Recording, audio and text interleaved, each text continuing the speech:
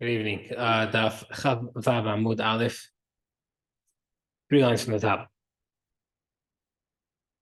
We're going to continue with the Kava Homer questions. Look to Shin Regel Chayav B'Shut Nizak Ela Chatzin Hezek. Shin Regel in private property should only be Hayav half damage. Why? Mikava Homer Mikeren from Mikava Homer from Keren. Right? Basically the inverse of what we said yesterday. Uma Keren should be B'Shut Harabim Chayavet. Just like Keren, which is in public property or Chayav, but it only pays half damage in private property. Shin Varegel Shiberta being Paturan, Shin Varegel is Patur in public property, and then Shiberta Nizak, so in private property, you pay half. That's why you still have to pay full. Markra, the Pasuk says, Yishalem, Tashlumin Ma'alya, because the Pasuk specifically said you have to pay full payments and without therefore we don't listen to this Kava Chomer. But another question.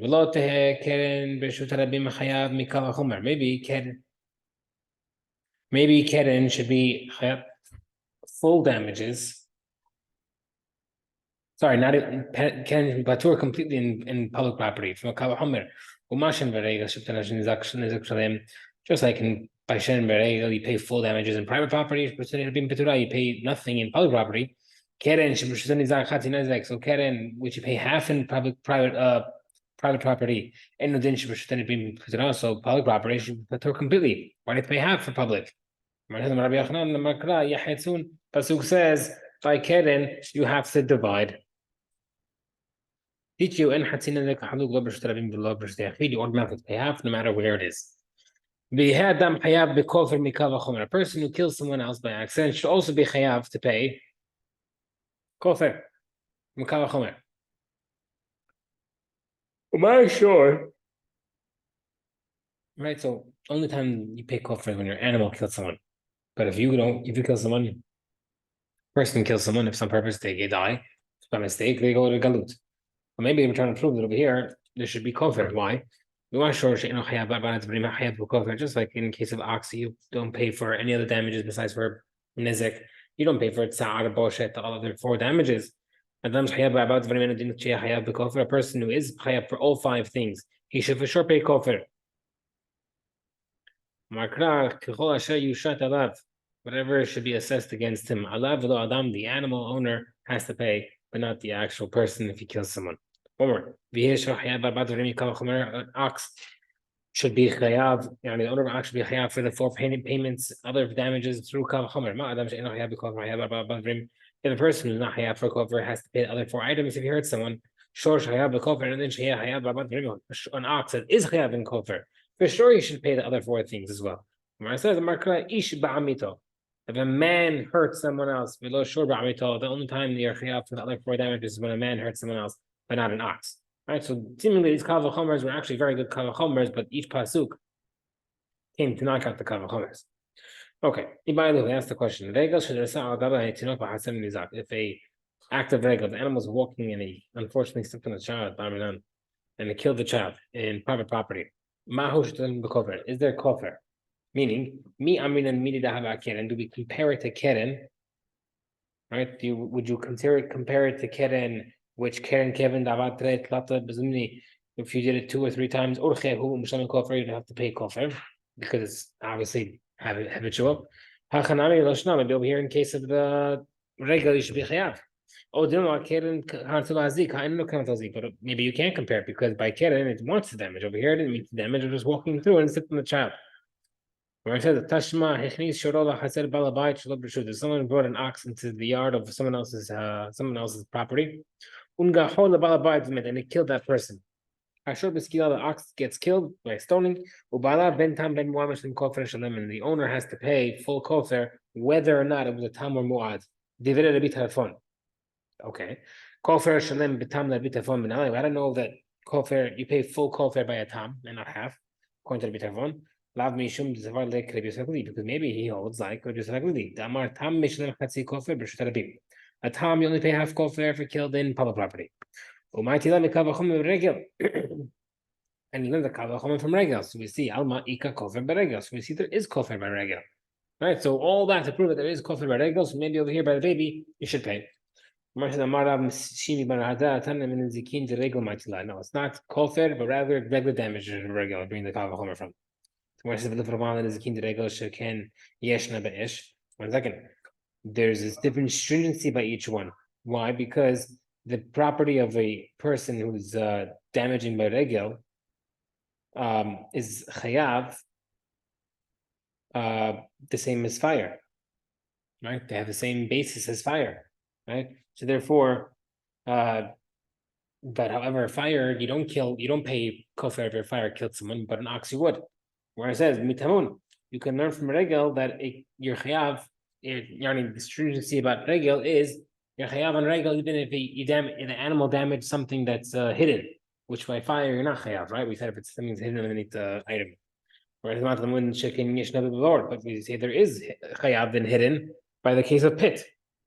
Right, so each one has their own stringency. Mar says no, mekilim. You can learn from regel the chiyuv that you're chayav on utensils, which is not chayav in the case of pit. Mar lekilim sheyesh from esh, but you are chayav for kilim by of esh. Mekilim tamuni, referring to the case of regel, we can learn from regel that you're chayav on hidden kilim, which would not be chayav in fire or pit. Mar lekilim shemanim sheyesh ba'adam, but in case of hidden items, you're chayav in a person damages, right?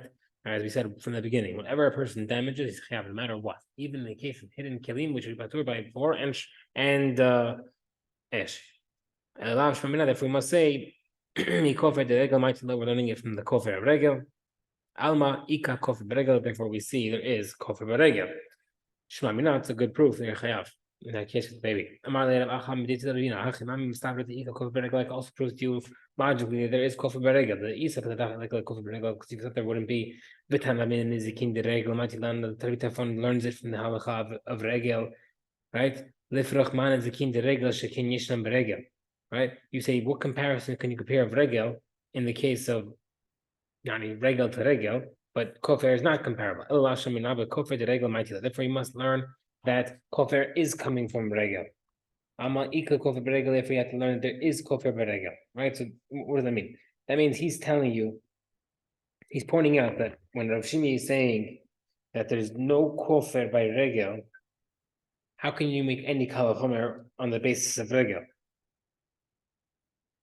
Right? If there's no stringency of having kofer by regel, then you can't make a kal vachomer from any other case, because any other case of shor is chayav of kofer because the animal killed. So therefore, you have to teach me any type of damage that the shor does your chayav in kofer. Shkam not good proof, and kofer is paid by regel. No Mishnah. Adam muad olam, a person's always muad. We just mentioned this. Ben b'shogeg b'mizin, whether he's sleeping or whether by mistake or on purpose. Ben ya'er ben shen, whether he's awake or asleep. Simeb it's en chavero v'shiber teklim, if he blinded his friend's eye or he broke something. Mesh lim nezek shalim yachayav. So what's that last part?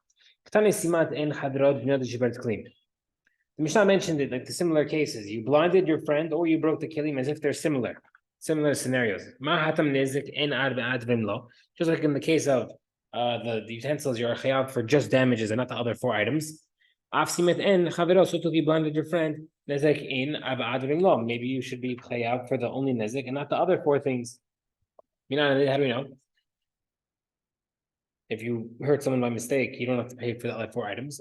Amar Hizkiya v'chein tanad v'Hizkiya Amar Kal Pasuk says, Pesa tahat pasa, wound in place of a wound. L'chaybo shogeg k'mezid, chayav for shogeg k'mezid. Ava ones katzona, by honest, as if you did it on purpose, willingly. Hami b'ayla l'ten tzar b'makom nezek. 1 second. That halacha taught you that you have to pay for pain, even when there's actual damage. Right? So let's say there's no damage, but there is pain, you still chayav. So also the pasuk is teaching that you chayav even if there is pain and damage, they for both. Right? So it's not an extra pasuk. It says petza bepet patza, wound for a wound. Ma tahat petza, what is the word? Tahat teaches mamina tarti. Learning two things. One, you pay pain and damage, and it seems to know, and the person's always chayav for damage no matter what happens. Okay, interesting halachah now. The guy had a stone on his lap and he didn't realize it was there. He stood up and it fell. And then I heard something. If it damaged someone, chayav. But in regards to the other four things, pain, the embarrassment, doctor bills, etc., you're patur. Because in regard to Chod Shabbat as well, you'd also be patur because you have to have a calculated act. You have to want to do damage, right? So let's say you stood up, it's on the edge of your property, you stood up and it went from private property to public property. Technically, that's chayav. But if it was a mistake, you're patur because the Torah is only chayav on Shabbat if it's done intentionally. Yan galut patur, regarding to exile your patur. So if that stone hit someone and killed him by accident, obviously you're the patur. Because it has to be a shkaga. Shkaga means a lack of awareness, but slightly negligent over here. It was complete accident. Regarding to Eved Kanani, it's machloket if he goes free, right? We know halacha that an Eved Kanani, if someone removes a limb or damages an organ, etc., of the Eved Kanani, including his teeth and eyes, he has to go free automatically. So it's machloket about how that works. If the slave master was a doctor, and the slave told him, "Can you apply the cream to my eye to heal me?" And he accidentally blinded him, or fix my tooth for me, and the master accidentally knocked it out. According to the Bashbag, according to Chachamim, he played his master and he goes free. Right? He played a game on him. It worked. He accidentally set him free, and he goes free. Bashbag Omer, the pasuk says that if he destroys the Eved's organ, which means he has to intentionally do it, and that didn't happen over here. So, if the stone was on his lap and he realized it was there, then he forgot about it and he stood up. Regarding damages, but the other four things are patur. Regarding to galut because of what you knew about it at one point. Because he knew about the existence. Over here at one point he did have awareness. Regarding Shabbat patur. Right? So in regard to the Eved, still the same machloket as earlier. Right, so we went from completely mistake to semi-mistake, and now you had a stone, you tried to throw it 200 feet or 20 feet, and you accidentally threw it 40 feet. If it damaged your chayat. Other four things your patur people was on purpose. And over here wasn't right. You didn't do it on purpose for Shabbat, patur Shabbat as well. Regarding galut, Asher lo sada malach min pasuk says that you did not aim. So because it means that you did not aim means you misaimed in this scenario. Be patur because you didn't mean to throw that far. Regarding Eved, same machloket as previously regarding the Eved and Kavanah. Next case. Someone wanted to throw it 40 feet and he threw it 80 feet. Regarding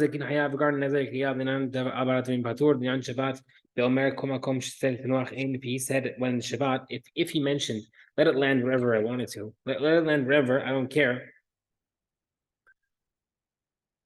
He's chayav because he obviously doesn't care whether or not it lands in the other reshut from private to public or public to private. So therefore, he would be chayav. But if he didn't make the declaration, he's patur. Regarding galut asher lo sada, he did not aim. He's still excluded over here because it was still miscalculated. Same achloket as previously regarding the Eved. Someone threw a cleave. We had this case before. Someone threw a glass cup from the top of the roof. And someone else came and swung a bat and broke it. Why? He broke a broken item. This thing was destined to fall and break. And when you broke it, it was as if you broke a broken item. So therefore, the guy who swung the bat is patur. Let's say the same case. The guy threw a glass cup from the roof, and there was a mattress on the floor or something, pillows on the floor to cushion the fall, so it wouldn't break. And someone else came along and removed them so that it broke. Why? My time. But at the time that he threw it, his arrows were stopped. Meaning, when I threw this cup off, this cup belonged to you. When I launched it, it wasn't going to break. It was going to land on this beautiful foam mattress on the floor. It would bounce harmlessly and stay safe. However, therefore, if someone else pulled away that foam that made it crack, that's not my problem. But what about someone threw a child climbing off a roof, and someone else came and basically caught the kid on his sword, killed him. Plukta de Rabbi Yehuda the Bet Rabbi Rabbanan. It's machloket between Rabbi Yehuda and Rabbanan. Tanya, the brother says, "Hiku asra ben adam v'asra maklot." Is right. We had this case well before, right? Over 2 weeks ago, 10 people were hitting a guy with sticks. Ben batacha ben zarchazeh. Whether or not it was at the same time or after another, kulan peturin your old patur. Rabbi Yehuda ben Tramer Rabbi says, "Bazeh acharzeh achron chayav." If one after another, the last guy who hit the killing blows chayav. Because he caused he made the guy's death quicker. Bar shor a guy in instead of the guy catching him with his sword, an ox came and it landed on his horns. Between these two rabbis. Right, the pasuk says that regarding someone's ox who's a mu'ad kills, he shall give a kofar for the life, which means he has to pay for the value of the person. The man in mazik, he has to pay the value of the damager, the ox's owner. Right? So therefore, according to that second opinion of Rabbi ben Mitra, if someone kills the child by having the sword or the ox, killing it quicker before it hits the floor, you're chayav. Chachmim, no. And if someone, interesting case, someone was undressed and he fell down on to the floor, and there was a lady on the bottom, and somehow that led them to direct intercourse.